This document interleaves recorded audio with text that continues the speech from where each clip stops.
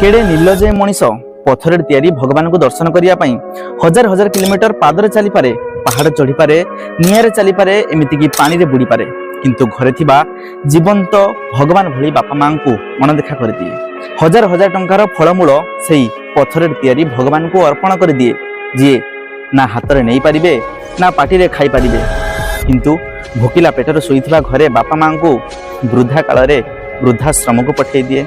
कि विचित्र समाज!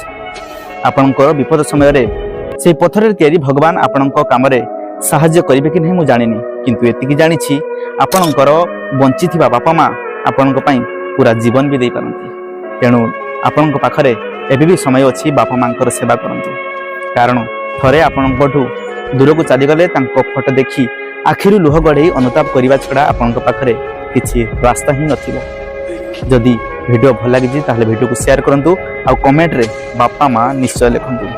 जय हिंद।